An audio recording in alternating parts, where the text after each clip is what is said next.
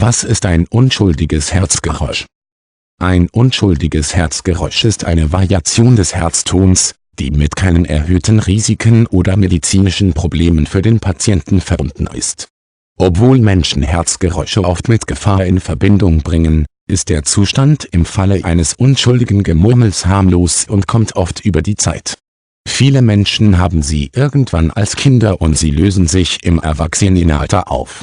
Häufige Ursachen für unschuldige Herzgeräusche sind kleine Schwankungen der Herzstruktur, Schwangerschaft und hohes Fieber. Ein Arzt kann während einer Untersuchung ein unschuldiges Herzgeräusch hören. Zusätzlich zu den erwarteten Herzgeräuschen kann es beim Patienten zu einem Wackeln oder Rauschen kommen. Während der Untersuchung fragt der Arzt nach Symptomen, die mit einem ernsteren Herzgeräusch verbunden sind, wie Atemnot und Müdigkeit. Normalerweise kann der Arzt anhand des Geräusches und der Antworten des Patienten auf Fragen ein Geräusch unschuldig feststellen. Es können jedoch auch bildgebende Untersuchungen des Herzens und Elektrokardiogramme angeordnet werden, um weitere Informationen zu sammeln.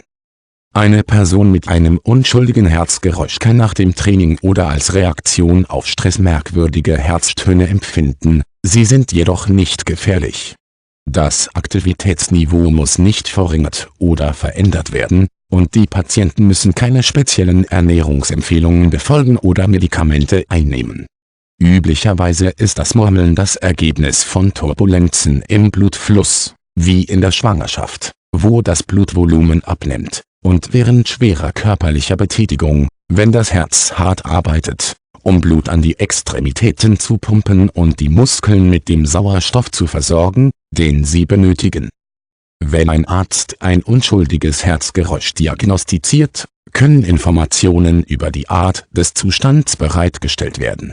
Dies wird in der Patientenakte vermerkt, so dass andere Leistungserbringer wissen, dass es identifiziert und ausgewertet wurde.